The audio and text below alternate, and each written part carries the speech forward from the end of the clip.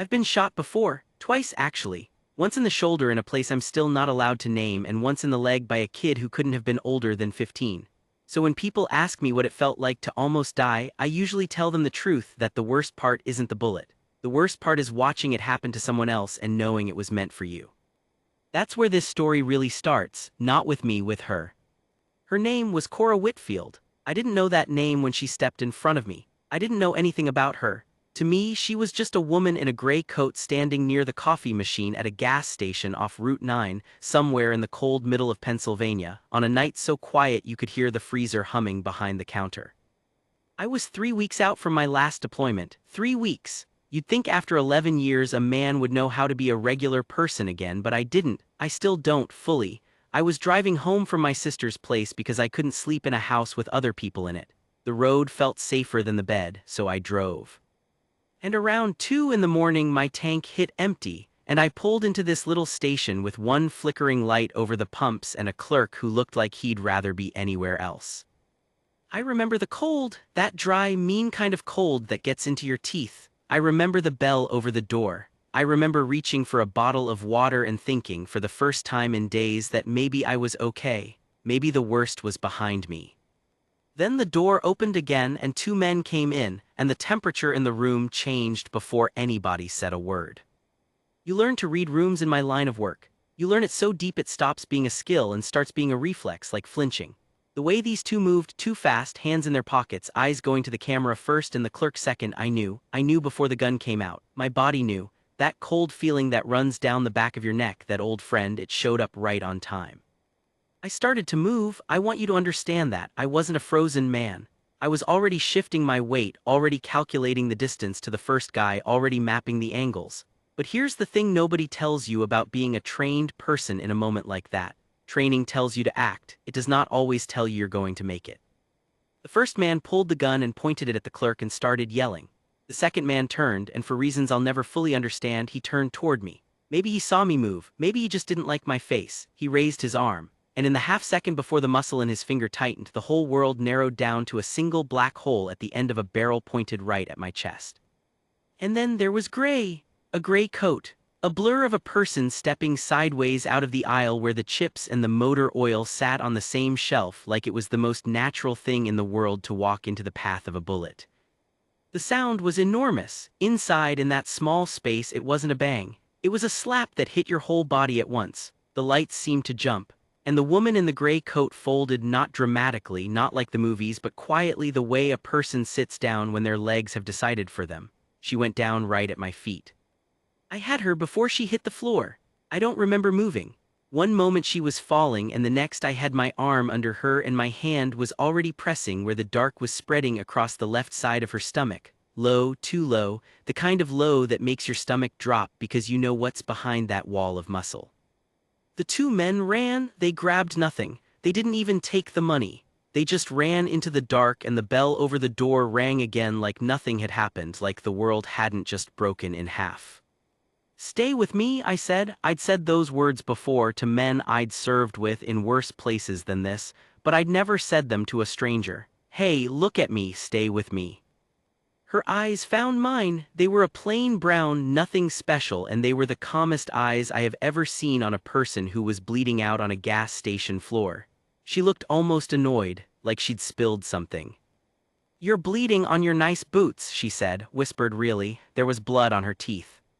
"Don't talk." "Somebody should," a breath. "You weren't going to make it, he had you cold."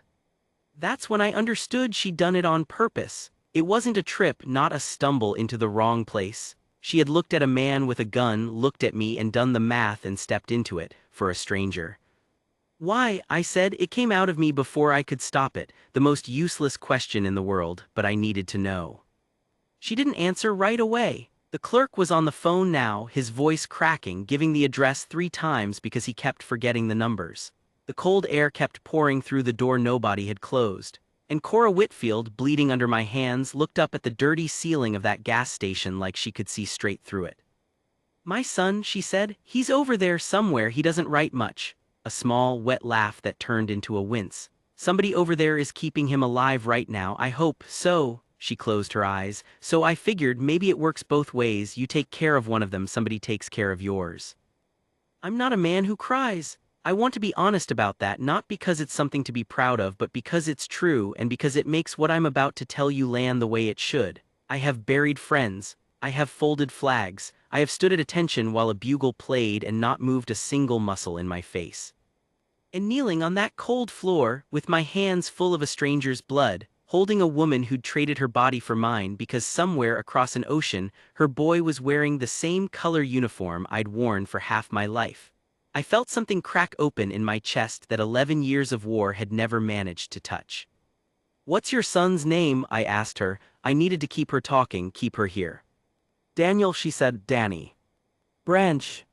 "Marines," a flicker of a smile. He always had to do everything the hard way.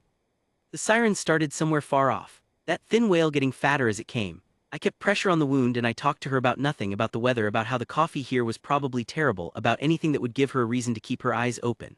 And she answered me slower and slower, her hand finding my forearm and holding it, not desperate, just present, like she wanted to make sure I was still there. "What's your name?" she asked me. I told her my first name, just that. We don't always give the rest of it, even at a moment like that. Habit, armor. "Well," she said, "you've got a face like somebody who carries too much." Her grip tightened a little. "Put some of it down, you hear me? You're allowed to put some of it down."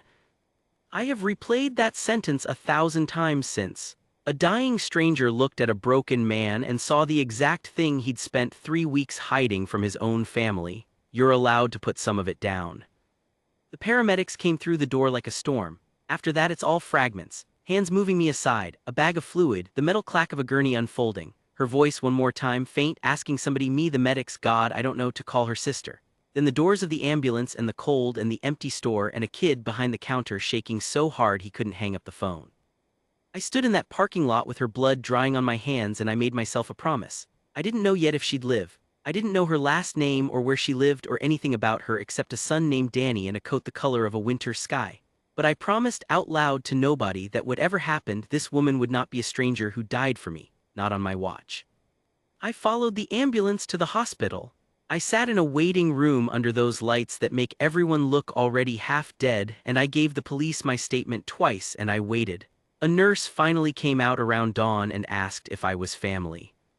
"No," I said, then I changed my mind. "Yes, I'm whatever she needs me to be." The nurse looked at me for a long second. Maybe she'd seen this before, the look on a man who owes a debt he can never pay. She told me Cora was in surgery, that the bullet had done damage, that it was going to be a long night and a longer few days, and that I should go home and rest. I didn't go home, I sat back down, and while the sun came up gray and slow over the parking lot, I took out my phone and I started making calls. Because there were people who needed to know what this woman had done. There were people who, when they heard, would not be able to stay away. I didn't know it yet, but by the next sunrise, 20 of them would be standing at her door. You have to understand what we are to each other. The teams, I mean. People hear Navy SEAL and they picture the movies, the slow motion, the sunglasses, the one-liners. They don't see the rest. They don't see the funerals. They don't see grown men sitting in a parking lot at 3 in the morning because somebody's marriage just ended and he had nowhere else to call. We are not what the posters say. We are a family that was welded together in the worst moments of our lives, and a family like that doesn't forget a debt, especially not this kind. So I made my calls. The first was to a man I'll call Reese because some of these guys are still active and I'm not going to put their names in a story. Reese and I came up together. He was the best man at my wedding and he was there when that marriage fell apart, and he answered the phone on the second ring even though it was 4 in the morning because that's what we do. "Talk to me," he said. No hello, he could already hear it in the way I was breathing. I told him all of it. The gas station, the gun, the gray coat, the way she stepped in like it was nothing. The son named Danny in the Marines, the blood on my boots, the thing she said about putting some of it down. Reese was quiet for a long time, then he said, "Where is she?" I told him the hospital. "What's her name?" "Cora Whitfield." I heard him writing it down, then I heard him say, away from the phone to someone in the room with him, his wife probably awake now too, "Get me a pen." And then to me, "Don't move, I'm making calls." That's all it took, one call, because here's what you don't understand about us until you live it. You don't have to ask twice, you don't have to explain why it matters. You say a civilian took a bullet for one of ours and the phone tree lights up across 3 time zones before the sun's even up. A man in Virginia calls a man in California. A man in California calls a man who just got off a flight and hasn't slept in 20 hours. Nobody asks if it's convenient. Nobody asks what's in it for them. By the time the surgeon came out to tell me Cora had made it through the night, that the bullet had torn through soft tissue and nicked something it shouldn't have but missed the things that would have killed her outright, that she was not out of the woods but she was breathing on her own by the time I heard those words and had to sit down on the floor of that hallway because my legs gave out, 8 men already knew her name. 8 men were already moving. I went in to see her around noon. She was small in the bed, smaller than she'd seemed on that floor, with tubes and wires and a machine counting her heartbeats out loud. Her face was the color of paper, but when I came in, her eyes opened and she found me and the corner of her mouth went up. "Boots," she said, her voice was a ruin, "you came back." "I never left." She took that in, her eyes were wet but she wasn't crying exactly. "Did they call my sister?" "She's on her way, couple hours out." "Good," she closed her eyes, "Danny." I thought about this. I thought hard about whether to tell her the truth, which was that I'd had Reese pull a thread through some people who knew some people just to find out where her boy was and whether he was alright. It's not supposed to work that way. There are channels, but there are also men who owe each other their lives, and those men can find out a thing or two when it matters, and it mattered. "Danny's okay," I told her. "He's safe. He's deployed but he's safe, and word's getting to him about his mom. Somebody's going to make sure he hears it from a person and not a phone call out of nowhere." She opened her eyes and looked at me like she was trying to figure out if I was lying to make her feel better. I wasn't. I held her gaze until she believed me, then the tears came, finally, slow ones running sideways into her hair. "You didn't have to do that," she said. "You stepped in front of a bullet for me," I said. "I think we're a little past what we had to do." She laughed and it hurt her, and she grabbed my hand to make the laughing stop. And we just sat there for a while, the machine counting, the winter light coming flat and pale through the window. I learned about her in pieces over the next 2 days. She was 51. She'd been a school nurse for 19 years before her knees and her budget cuts pushed her out. And now she worked overnights at a logistics warehouse scanning boxes, which is why she'd been on the road at 2 in the morning. She was driving home from a shift and stopped for gas and a coffee she said she didn't even want. Her husband had passed 4 years back. Hart, Danny, was her only child, and she'd raised him alone after that, on a warehouse wage, and put him through 2 years of community college before he decided the Marines were his road. And she'd driven him to the recruiting office herself and cried the whole way home and never once told him to stay. "You don't tell them to stay," she said to me. "You let them go and you keep the porch light on." I asked her why she did it, the gas station. I asked her the real version, the one underneath the thing about it working both ways.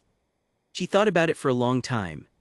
"Because I looked at you," she said, "and I saw my son, not your face, your eyes. You had the same eyes Danny had the last time he came home, like part of you was still somewhere else, still over there. And I thought if that was my boy standing there in front of a gun, I want somebody to do something. I want somebody to not just watch." She squeezed my hand. "Turns out I was the somebody, that's all. There's no big reason. You just do the thing you'd want done for the people you love." "There's no big reason?" I've heard generals give speeches about courage. I've watched men get medals for things that made the newspapers. And none of it ever explained bravery to me as well as a 51-year-old warehouse worker in a hospital bed saying there's no big reason, you just do the thing. That second night I got a text from Reese. It said, "We're coming, all of us, tell us when she's strong enough."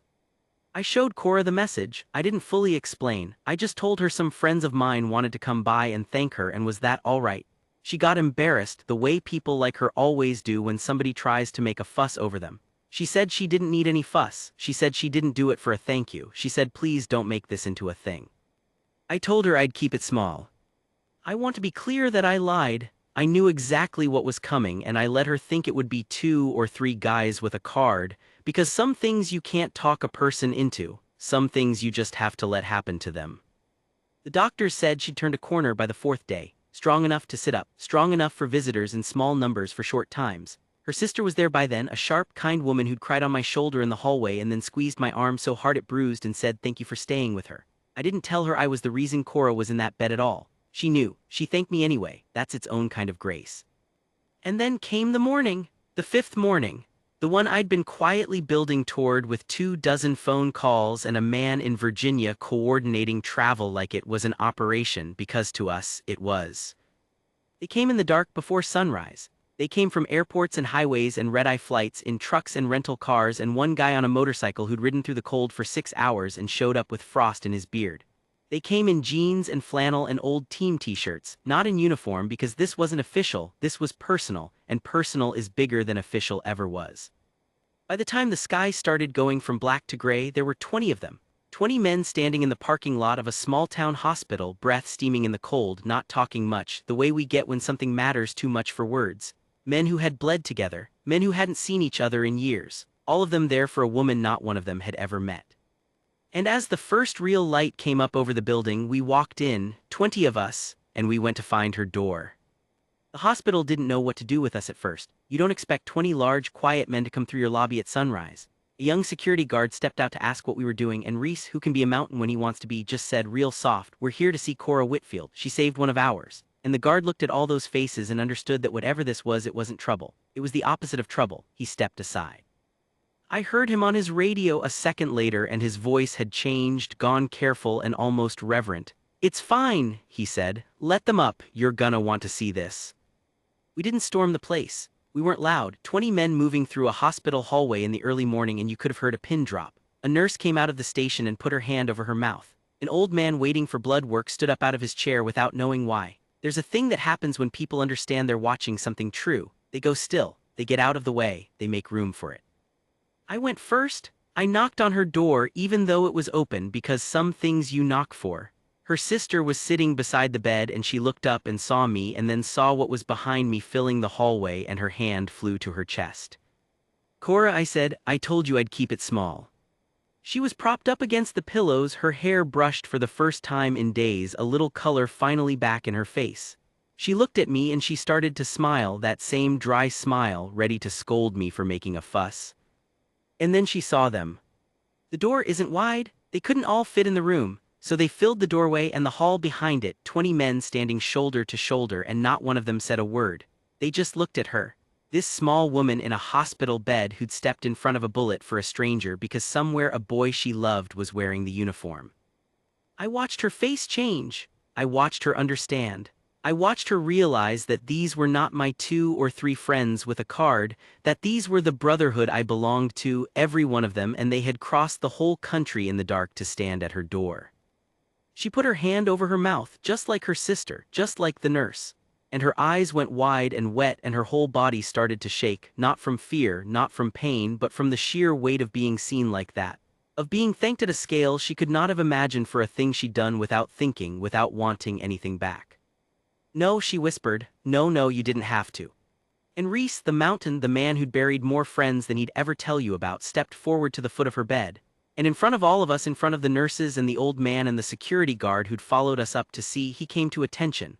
Spine straight, chin level, the whole bearing of a man who has stood at attention over flag-draped coffins, and he held it. And then one by one, every man behind him did the same. 20 men standing at attention for a 51-year-old warehouse worker in a hospital gown. Nobody had ordered it, nobody had planned that part. It just happened the way the truest things do, the body knowing what to do before the mind catches up. And Cora Whitfield looked at 20 men holding the highest respect their bodies knew how to give, and she broke completely, the tears coming in great silent waves, her sister's arms around her, her hand reaching out into the air toward all of them like she could hold the whole moment in her palm. "I didn't do anything," she kept saying. "I didn't do anything special anybody would have."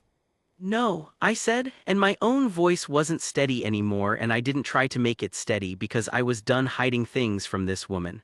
"No, Cora, they wouldn't have, that's the whole point. Most people don't, you did." Reese spoke then, just a few words, the only ones said in that whole room. "Ma'am," he said, "we heard what you did, we came to say thank you, and to tell you that as long as any one of us is breathing, you are not alone, not ever again, you've got family now, a lot of it." She couldn't answer. She just nodded and cried and held her sister's hand and looked at all those faces. And then a phone was passed forward, Reese's phone, and on the screen was a young man in desert tan sand behind him, a connection so bad his face kept freezing, but it was him. It was Danny. They'd found him. They got word all the way across the world to forward base and patched a call through channels that aren't supposed to exist for things like this. And there he was, her boy, looking out of a cracked screen at his mother in a hospital bed surrounded by 20 silent men. "Mom," his voice came through, thin and broken up and impossibly young. "Mom, who are all those guys? Mom, are you okay?" And Cora Whitfield, who had taken a bullet without a sound, who had joked about my boots while she bled, who had told me there was no big reason. Cora looked at her son's face on that screen and finally fell apart all the way, sobbing his name, reaching for the phone, and the whole room of hardened men had to look at the floor or the ceiling or anywhere, but at each other, because there are some things too big for even us to watch dry-eyed. "I'm okay, baby," she kept saying. I'm okay, Mama's okay." Danny was crying too, out there in the sand, 8,000 miles away. "They told me what you did," he said. "Mom, the whole base knows, they all know what my mom did." His voice cracked into pieces. "I'm so proud of you, I'm so proud you're my mom." I had to leave the room for that part. I stood in the hallway with my hand against the wall and I let it come, finally 3 weeks of it, 11 years of it, all the things I'd been carrying that this woman had told me I was allowed to put down. I put some of it down, right there in that hallway. And Reese came out and stood next to me and didn't say anything, just put a hand on the back of my neck the way he had 100 times before, and we stood there, 2 grown men, and let it be true. Cora lived. I want you to know that, in case you've been afraid this whole time that I was telling you a story that ended in a folded flag. She lived. She got out of that hospital 6 weeks later on a cane, and we were there, and she fussed at us the whole way to the car about all the fuss. She's got a porch now with a light on it, and at least a few times a year one of those 20 men finds a reason to be in her part of Pennsylvania, and the reason is always her. Danny came home. He sat at her table and shook every hand he could reach. He calls her more now, he writes. And me, I see her on the holidays. I fixed her gutters last fall. I sat on that porch with her in the cold and she asked me how I was sleeping and I told her the truth, which was better mostly some nights. She nodded like she already knew. People ask me about the bravest thing I ever saw. They expect a war story. They expect mountains and gunfire and men doing impossible things under fire, and I've got plenty of those. But the bravest thing I ever saw was a tired woman in a gray coat at 2 in the morning who looked at a stranger's frightened eyes, saw her own son in them, and decided that watching wasn't enough.